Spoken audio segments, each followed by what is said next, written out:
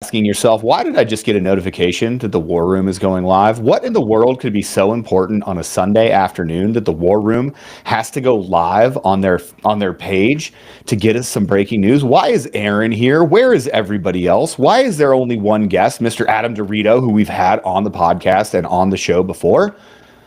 Strap in, baby birds. Strap in. USAFA, you have a problem. As a matter of fact, all the military academies have a problem. This is happening at the Coast Guard. It's happening at VMI. It's happening at West Point. There is a problem with sexual assault at our Air Force Academy and writ large in our military academies. And that problem is manifesting itself because none of our elected officials are doing anything about it. Nobody is taking any of these things seriously, and I've had about enough of it. You guys know that I've got no love in my heart right now for the USAFA commandant. Is he the commandant, commander? No, he's a superintendent. He's a superintendent. The superintendent. I would hate to misgender this guy, affectionately known as Fat Tony Bauerfein. We're going to talk about that here in a second. I like to call him his formal name, which is Obese Anthony, because I think it's just more formal. It keeps me away. You know, you got to...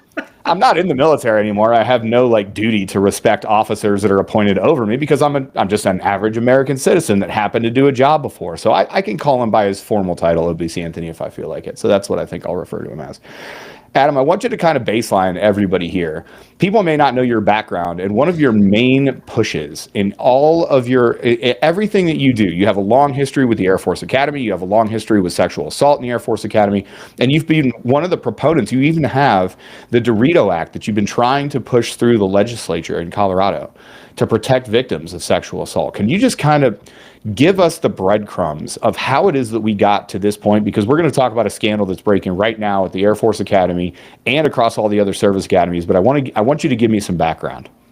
Yeah, so I mean, long story short, from the class of 2010, when I was there, I was sexually assaulted, got involved in a bunch of investigations against the football team and everything else, working for OSI as an undercover informant.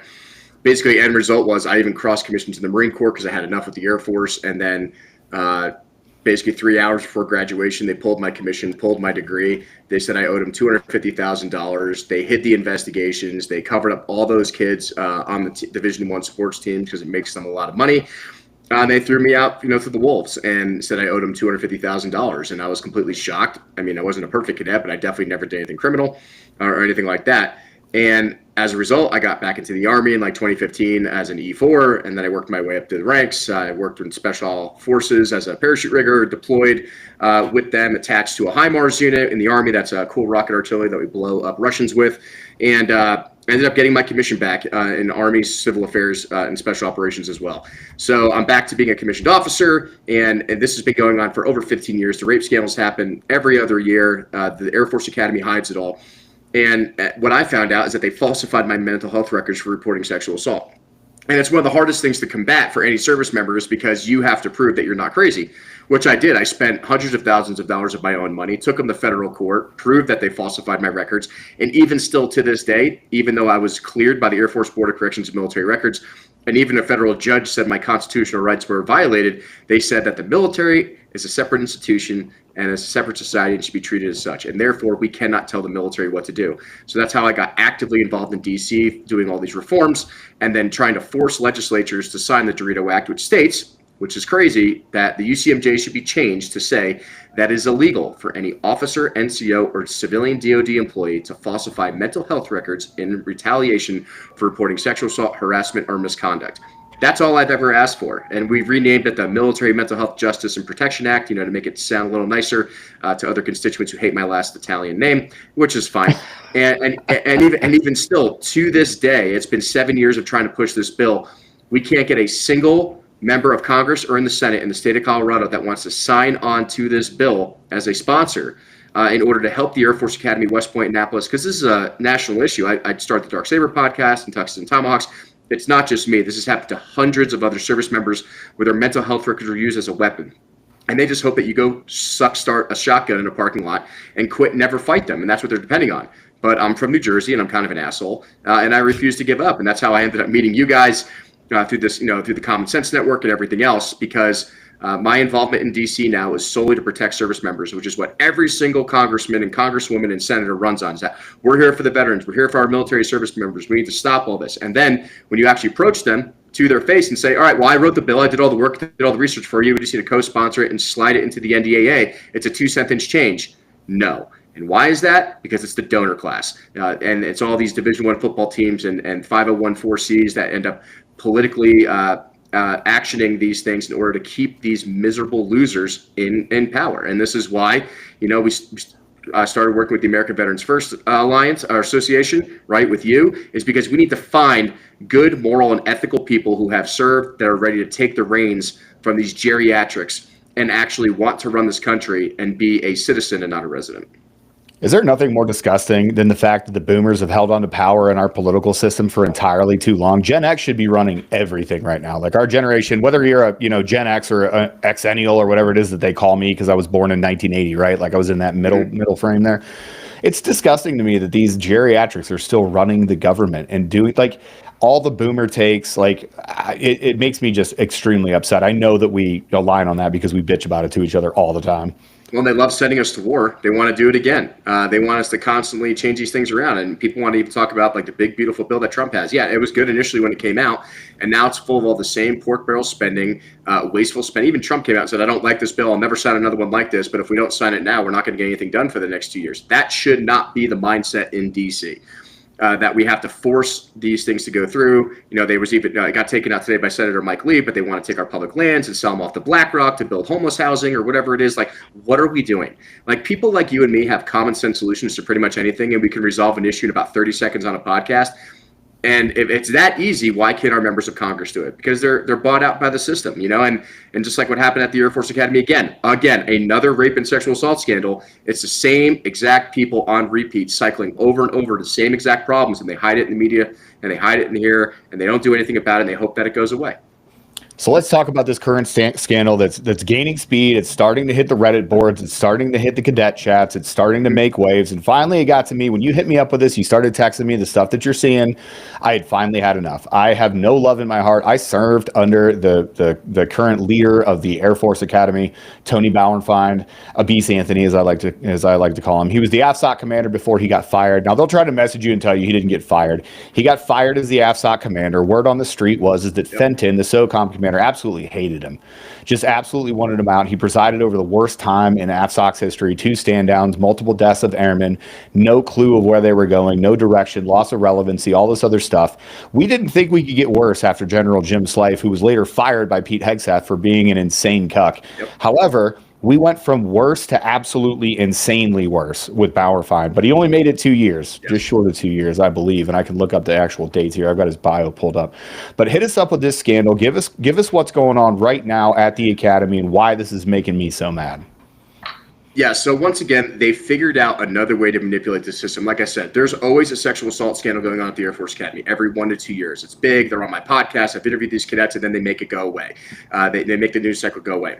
This one is particularly interesting because they realized that they can't really use the mental health reason as an excuse anymore to punish these cadets like they did to me, because I've made it such a public issue. I've taught cadets, I've taught service members how to defend themselves, how to approach their chain of command, how to fight it legally. I've even given people lawyers. I've given people congressional contacts. So they found another way to fight the system, and that is forcing these service members to sign non-disclosure agreements that agree not to talk to me, not to talk to the media, not to go to the congressman, because if they do, they will lose their cadet appointment and be removed from the academy, right? So now they're forcing NDAs on people, which is ridiculous. And cadets. In the middle of an investigation, imagine the investigative authority forcing you to sign an NDA. Put that in any other context that you need that to make sense. Any other context at all. You're in the middle of an investigation where you could be named as a person of interest. Maybe you're a victim. Maybe I don't even care who you are in this.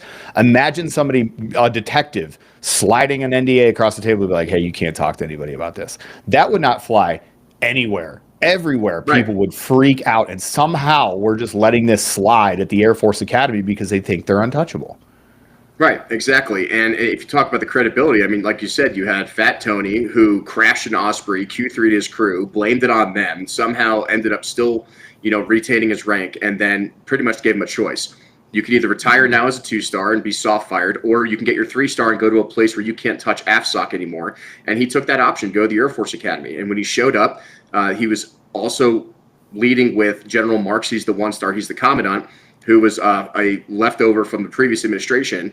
And he is famous for being an E3 pilot. Well, if anyone knows anything about U.S. Air Force pilot training and talk to any pilot, the guys who do the worst in pilot training get assigned the E3 AWACS. So that just says a lot about you right there, your ambition during pilot training. So you have 2 men who are leading the Air Force Academy who are not setting the example we need to give our newest officers to have the courage to command, to do the right thing. All they're learning right now is fear tactics. They're learning as young, brand new second lieutenants that if I ignore the problem, if I don't address a problem, if I force people to sign NDAs and they violate it, then I can charge them under UCMJ for violating a direct order for an NDA. Like, it goes down that whole spectrum. You don't have to do any of that. You can ignore all of it. I would go public with everything, because one thing I've learned after working in DC is the second they have congressional members or senates or members of the Senate Armed Services Committee approach them, they turn into privates very, very quickly. And that's just something I want to encourage all military members. You have rights. You do not give up all your constitutional rights serving in the military. The only thing you technically can't do on active duty is you can't speak out actively against the President of the United States, attend political events in uniform. Got it. Other than that, you have every right that you rose your right hand to defend under the Constitution of the United States against all enemies, foreign and domestic. And I assure you, as I've learned over the last 15 years, the more enemies you're going to fight are on the domestic front than it ever will be overseas. Now, Fat Tony got my attention quite a long time ago. I started hearing rumblings. I happen to be, now my wife is an Air Force Academy grad. She's been on the Dark Saber podcast. She's talked to you, Adam. We maintain close connections here. I have close connections with a whole bunch of USAFA cadets. And it was funny the way that I've kind of evolved on USAFA cadets, right? Like when I was in the military, obviously I was a proud enlisted dude. Officers that came out of the academy, yeah, there's tropes. Yeah, there's stereotypes. Yeah, there's weird stuff that y'all do that it's part of that culture there. And I get it. I've had the distinct pleasure to go there a couple times. I just went for my wife's reunion.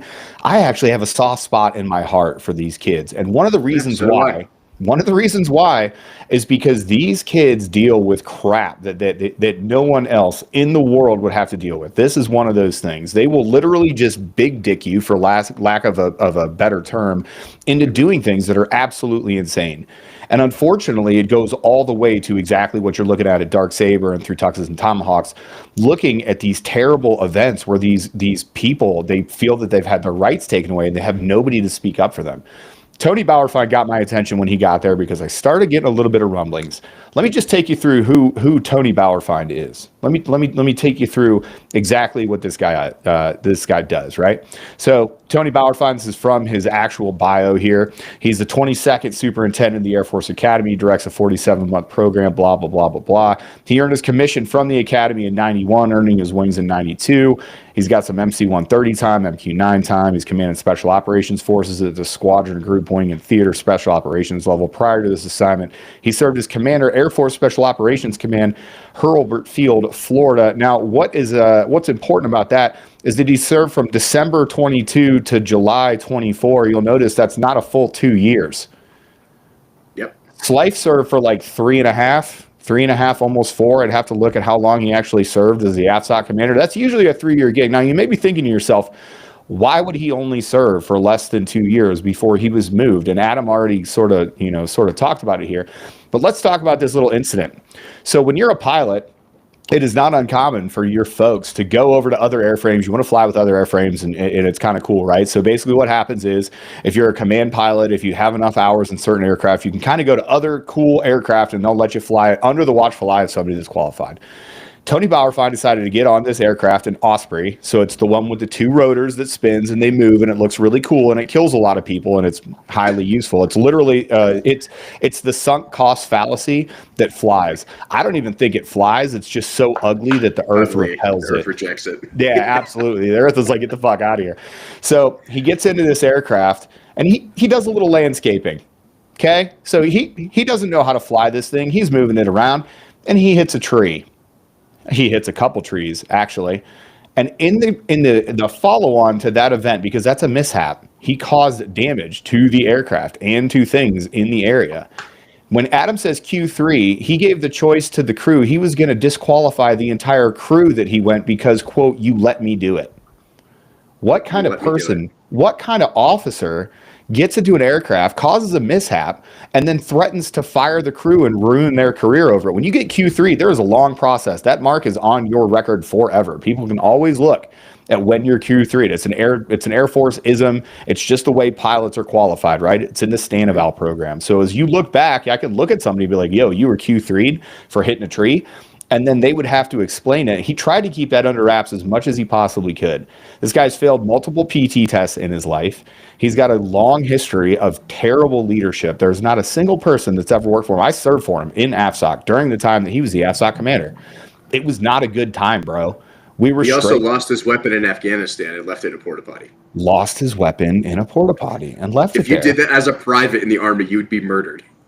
We sent a guy home over a deployment over it. It was a parachute packing American, because I'm not allowed to say the word rigger, especially not with a hard R.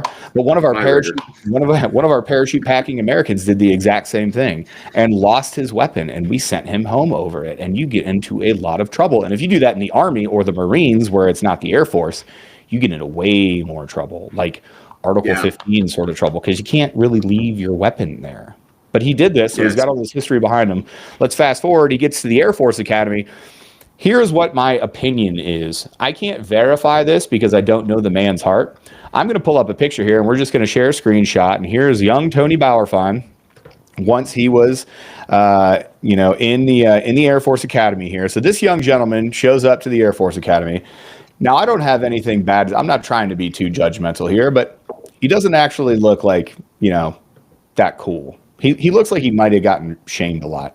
He didn't do anything for sports. He basically went through the Air Force Academy, got his commission, got his wings a little bit later, yada, yada, yada. A lot of people that I have talked to through firsthand accounts label Tony Bauerfein as somebody that has a serious inferiority complex, especially when it applies to the Air Force Academy and especially where it applies to the football team.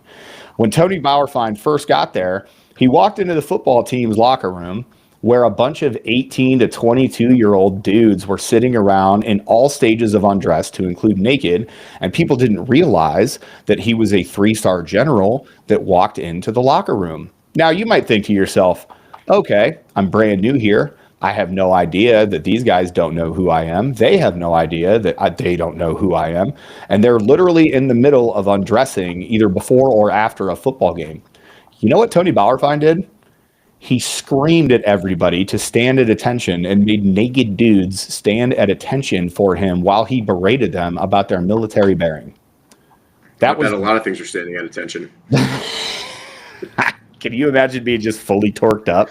I think I would do that out of sheer spite. I think I'd try to go from 6 to midnight just out of sheer spite. Look me in the eye. Stare me. Look at me in the eye when I do this. Just a full hog cranking down there. Yeah. Sheer anger. Yeah, exactly. Welcome to the Air Force Academy. That was within the first 6 months of him being there. And honestly, that was as good as it ever got. He has a long history of the Air Force Academy. There's rumors that he's trying to take the Air Force Academy football program from Division I to Division II. He has taken all of the power away from the football coaches, from the football team. You can feel however you want about sports and athletics at the United States Air Force Academy. Here's what I will tell you. 3 years ago, when the Air Force Academy was doing really well, they almost made like a good bowl game. They had a pretty good season. That impacts recruiting. People want to go to the Air Force Academy, not just because they want to serve, but because they want to be part of a Division I football program. Tony Bauerfein's entire line of reasoning here is that he doesn't think that football breeds leaders. He's like, well, we're here at the Air Force Academy to breed leaders, not to play football games. That is an alleged firsthand quote from somebody close to these folks. Tony Bauerfein has decided that football players, coaches, specifically like coaches, directors of athletics, he's decided that they're not allowed to sit in meetings anymore because they're not military members and they're not allowed to be in military meetings, which undermines their ability to lead the football team and be a conduit, a mentor, a coach, a guide to these football players that look up to their coaching staff, to their head coach, to their director of athletics. They look up to these folks for help, and now they're like, we have no idea. We're not even allowed in the room anymore. That seems to me like very, very inferiority complex behavior, and it's continued to pace. It came out, it actually was a rumor mill so much that he had to put out a press release saying, oh, hey, there's all these rumors out here. Listen, we're not trying to do it. Why do you think he would need to put out a press release? Because there was enough truth to it that he needed to get ahead of the messaging. Right. And that's what actually surprised me about this entire situation, because I'm down here training with my guys down here for their annual yearly stuff and running around the woods and shooting guns and watching Apaches fly over. And I get a message from some of these cadets on Instagram saying like, "Hey, DeRito, this is going on." I'm like, "Oh, great." And the problem I have with a lot of the cadets is that none of them are willing to go public because they're so afraid of retaliation. And the thing I get is, well, look what they did to you. I don't want that to happen to me. Fair assessment. 100% fair assessment. I get it. And then I started getting reached out to by some of the parents of these cadets.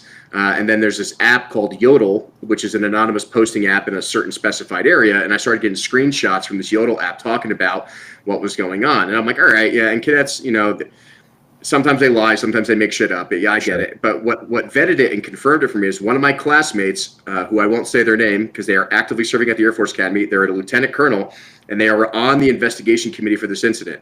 They signal text messaged me and they said, "I can verify this is 100% accurate and true. And if I had access to the paperwork, I would send it to you. But if I send it to you, they're going to know 100% who it was."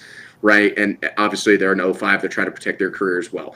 And I get that. So, and I take their word 100% for the truth, because I knew them very well. I've known them for over 18 years now. And this is just sad that even this O5 is afraid of speaking up and saying something publicly because they know it will absolutely destroy their career. So what they're doing is they're making everybody sign these NDAs. You will not talk about this incident. If you do, you'll be removed from the academy. You will not commission. You're going to be UCMJ'd. And that's just lying about a problem does not resolve the problem. Right? They have never addressed this issue. I mean, this has been going on since 2003, since the first rape scandal was exposed, and then they made it quiet down. It happened during my time in 2008, and then it went down. Then it happened in 2012, 2015, 2017. It's like every 2 years when the defense surveys come out, right? And the problem is Brown. That's why it was one of the reasons that he got fired, along with the racist hiring practices he was trying to put into USAFA. There was also a rape and sexual assault scandal that happened at Pace with him. Yes, exactly. And especially during the COVID thing when they locked everybody in their rooms, like it got even worse like that. And that was actually Dark Saber season 2 was during the COVID epidemic. And it was really bad then. I mean, those numbers have never gotten properly reported. And then they have these civilians in charge of the SAPR program, or Sexual Assault Prevention Response Center. And what they do is they fudge all the numbers and they lie to everything. And what they did was they put a cadet program in called the Teal Rope. And I talk about this in the podcast. The Teal Rope are cadet advocates. Now, this is actually illegal in the military. It has to be a certified professional, like a psychologist or whatever else it is that deals with sexual assault cases. What the Academy figured out to do in order to fudge and lie about their numbers is that they make cadets teal ropes and advocates for cadet sexual assault. And cadets report to those cadets. And those cadets talk them down from doing a restricted report or an unrestricted report. Then, therefore, the SAPR program doesn't have to officially report those numbers to the Department of Defense every 2 years, right? So they actually had a massive increase in sexual assaults and rapes, and then those numbers went down magically because they weren't officially reported to official reporting persons in the military. For all of you who've been in the military, you get the same speech every year during annual training, right? Is it restricted report, unrestricted report, mandatory reporters, right? These cadets are not mandatory reporters, and this is how they've lied. And then since they still kept getting leaks from some of those things, now they're slapping NDAAs and threatening UCMJ and Article 15 action against these cadets, and it's absolutely insane. And this is the biggest problem I have now is like, okay, now what do we do? Do I go talk to Pete Hegseth? Do I go talk to Donald Trump? Well, they got bigger things to deal with right now. The problem is we need to find civilian congressional members that are actually going to force these investigations and force the resignation or the firings of these people from the Department of Defense or the President of the United States. And that's what we're pushing for now actively. Is I think enough is enough. I think we've seen failed leadership for over 15 years at this point, this institution. And I love the Air Force Academy, right? I'm a proud so-called graduate, right? I want nothing than the best for any of these federal service academies. But if we don't have the best of the best teaching and leading these institutions, then we're going to have the best of the worst as our future officers. And we can't afford to do that anymore. We just can't. And for my optic, man, I am here for it. It was my job as an enlisted leader always to look out for the people on my team and below me. And I don't know what it is. I don't know what changed. I used to clown the Air Force Academy all the time. But seeing these things that these cadets have to go through, hearing everything that has been levied upon them, it infuriates me. It makes me mad to no friggin' end. Like, very rarely do I speak as a senior master sergeant, because I think that's the cringiest, gay, most retarded thing that you could do on the face of the planet, right? Because that's not who I am. I retired. I put the uniform down. A hat that says I'm a vet with an NDSM. Yeah, I could an NDSM hat. I served. God, I could care less. I actually as a joke, I got my wife one of those hats when she retired. I had her little ribbons put on, and I'm going to get one of those black ones. So great. It is That's so badass. great. It's here in the house. We used to put it on a stuffed dog as a joke. But very rarely does something make me mad in that context or in that vein. And this situation infuriates me because there is nobody looking out for these kids. These kids don't even think that they can go out. People are afraid to send a text message for a true thing that's going on that needs the disinfectant of sunlight to be shown all over it. And they're terrified because they'll ruin their lives over it. And that makes me fucking insanely mad. Like, and I have to be fair to some of these congressional members, right? Like, the Air Force Academy is such a small portion of the population compared to the active serving members in Colorado Springs. I get it. There's bigger issues to fight. We're trying to fight taxes. We're trying to fight legal immigration. We're trying to fight these things. I get it. I understand that this is not the priority in D.C., nor is it really the responsibility of most of these congressional members. However, this is a win. Right. This is something that is such an easable win. This is a bipartisan issue. Even the Democrats should be jumping on this, like Brittany Peterson in District 7, who basically left Casey West to go die from cancer after he came back from deployment because they refused to write him a letter to go get out of the VA treatment and support for his brain cancer. His terminal brain cancer, right? Right. But so all these politicians, they run and we care for the veterans. But when there's actual situations going on, like I said, Colorado Springs is a big deal. We have major military bases. You have the Air Force Academy, Peterson, Schriever, Fort Carson, Buckley Space Force Base, NORAD. Like, this is a no joke area, right? And I know there's a lot of conservatives here and a lot of old people that say, well, this doesn't happen. And, maybe they should just stop touching each other. That's not the issue.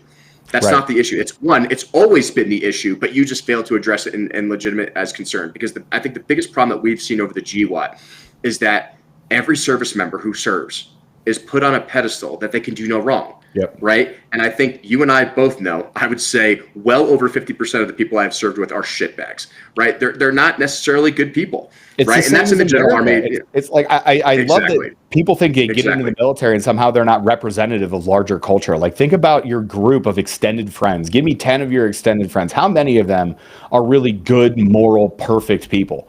It ain't a whole lot, right? And those are the people that you hang out with. You've deleted a bunch of those people. Like, those are the people you let into your circle. And every once in a while, you have one of those friends. You're like, well, I mean, they do some gray area type of shit. Why do you think the military would be any different? Why do you think raising your right hand and reciting an oath suddenly makes you this moral exemplar that is beyond reproach in all things? Like, we need accountability. We need people to look at these problems and say that they're wrong. And just because you serve in the military doesn't make you a good person. And I think one of the biggest culture shifts we saw was during the COVID pandemic, when they got rid of a lot of the good OG dudes, a lot of the good leaders, the conservative Catholics and the Christians who refused the vax, and they got them all out. So they were forced to put people into positions that they 100% were not qualified for, right? So as a result, a lot of the leadership that came up during the COVID pandemic was the best of the worst, right? And those people are now the 06s, the 09s, the 010s, right? These are the people that were in charge of the military. Now, Pete Hegseth and Trump have tried to make it a movement in order to try to remove a lot of these people from command, but it's not enough. And I tell you, there are so many hungry people in the military right now that are willing to take those positions, right? But the problem is it's not enough. And one of the biggest disappointments I've seen so far, there's still no accountability for Afghanistan. They say there's going to be an investigation. They say there's going to be this. We still haven't seen it yet. Let's be 100% honest. All those people need to be fired, right? It still hasn't happened yet, right? So it's up to us as citizens in order to make noise and share this podcast and contact Jeff Crank in Colorado District 5, who is the representative for the Air Force Academy, to demand action. Because the only time I've ever seen congressional members or officers take things seriously is when they get about 1,000 phone calls and like 2,000 voicemails to their phone. Then they start doing something. So the only way that we can get these people to actually change is not to have an hour podcast, which a couple hundred people listen to. It's getting thousands of phone calls and emails sent to these representatives demanding action. And that's what we need to do. If we could do it for the trans kids and taking, those books out of libraries, or trans mutilating children, this is the same thing. They're mutilating your children at these service academies, right? They're permanently damaging their mental health from all these things happening. How can we expect them to lead men and women into war in the future if they're too afraid to even lead themselves where they are at the youngest stages of their military career? 100%. So I'm going to bring it up here. This is how you contact Jeff Crank. Phone is 202-255-4422. You can email. That there's a hyperlink that you're looking at there. The contact info is below here. That's Jeff Crank. He is District 5 in Colorado. That is who you need to absolutely blow up when you see this episode and when it goes out. Adam, what's the way forward here, man? Like, I understand, like, we got to get some eyes on this. We got to start talking about it. As you get more information and as you talk to more people, how widespread is this? It's at every service academy. There's a big investigation going on with the Coast Guard. And actually, I'll give credit to a Democrat here, and I hate to say it, but ironically, I unexpectedly met with Senator Richard Blumenthal in Connecticut, and him and I obviously have many different opinions on things. However, he is currently the only senator in the U.S. Congress serving that actively is going after the Coast Guard Academy for a very similar thing, for hiding sexual assault. It was called Operation Fouled Anchor. And at the Air Force Academy, it's known as Operation Gridiron, right? Same thing, different paint, so to speak, right? So I had a discussion with him, and he is willing to look into the DeRito Act and try to get it put into the NDAA.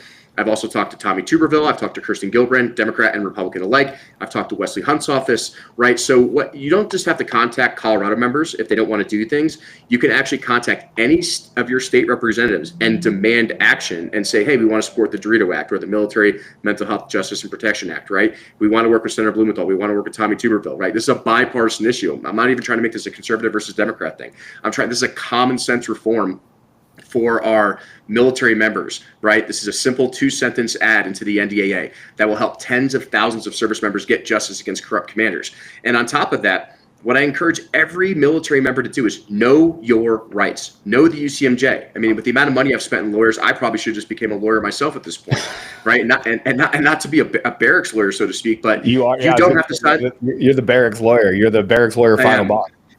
Right. And here's the thing. Yeah, here's the thing, though. You don't have to sign that NDAA. You don't have to be locked into a room and be forced to do something by your commander. You can demand that a lawyer be present. You can walk out and not say a goddamn word because that is your right. And I encourage any of the cadets and the parents that are currently dealing with this at the Air Force Academy is do not deal with the leadership. Refuse to sign anything. Don't do anything. 1, get a lawyer. And 2, immediately go to these congressional members and immediately go to the press. What are they going to do? Oh, you went to the press and made us look bad? Yeah, keep going.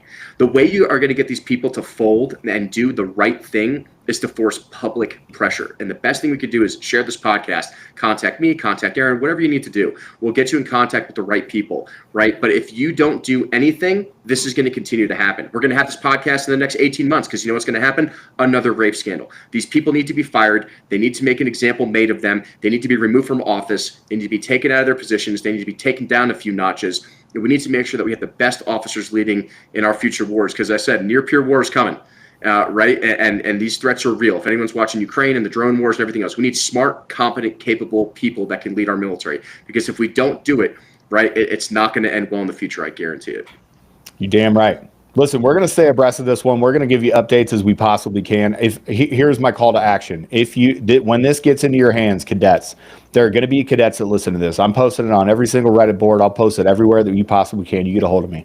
I'll always protect your identity. I will make sure that you are not going to feel any penalty by coming to me and talking to me, but I will get it out there because I've had it. There is nobody that is a voice for these cadets at the Air Force Academy that's going through the most heinous times of their lives. There's real victims of sexual assault that are being swept under the rug and in some cases threatened that they can't tell their story. And for that, I will not fucking stand. So you get a hold of me and we will make it work. Get a hold of Adam, get a hold of anybody that you trust, and you find your way to us, and we will put some sunlight on this, which, as we all know, is the best disinfectant. Adam, I'm going to leave it over to you to close. Yeah. So one last piece of advice, which I forgot to mention before, is all the cadets, I understand that you're all broke and you have no money and you think your best option is the ADC, which is the Area Defense Council on base. The ADC and the JAG work for the commander. They do not work for you. They will not protect your rights. They are there to protect the commander. And that's what they did to me, right? They made me sign paperwork that I never should have signed because I never had a real lawyer. And that's what caused me to begin a 15-year fight with the Academy, which I was vindicated on, but I don't want you all to spend hundreds of thousands of dollars in 15 years of your life vindicating yourself from a simple decision of not signing anything. Do not talk to anyone. Do not talk to OSI. Don't talk to anyone. And another thing, a piece of suggestion I'll give is that you should all file complaints with the FBI because the FBI has jurisdiction over federal property. The Air Force Academy is federal property, right? So if you file corruption complaints and you file investigative misconduct with the FBI, once the FBI gets involved, it starts taking back civilian control. And the military is supposed to be under civilian control. The military should not control itself, right? So you guys can follow me on Adam.DeRito2010 on Instagram. You can send me an email to aDeRito@sekur.com. That's the best, most secure way of sending me things without the government being able to hack it, because it's all on Swiss servers, right? I'm here to help you. I get nothing out of this. I don't make any money off this. The only thing I wanted to see is the Air Force Academy, our federal service academies, and our military get fixed, for someone to be held accountable, and that we're electing the right leaders to represent us as Americans to fight our future wars. That's it. You can find me everywhere. People, I am accessible as an MF. You just Google my name, find it, hit me whatever email that you can. If you need to talk more securely, we'll talk about that too, but I'm here for you too. Adam, thanks for coming on. We're going to stay abreast of this one. Everybody, thanks for coming out to the War Room. This is going to live on the channel. We'll get it up immediately. I need you to share this show with everybody you know. If you know anybody that's at a service academy, you get this into their hands. We're going to do the same, and we're going to start getting some accountability, because we desperately need it, because it hurts Americans. It hurts our folks that are going through the Air Force Academy and all the service academies. And for that, I will not stand by. We'll see you next time here on the War Room.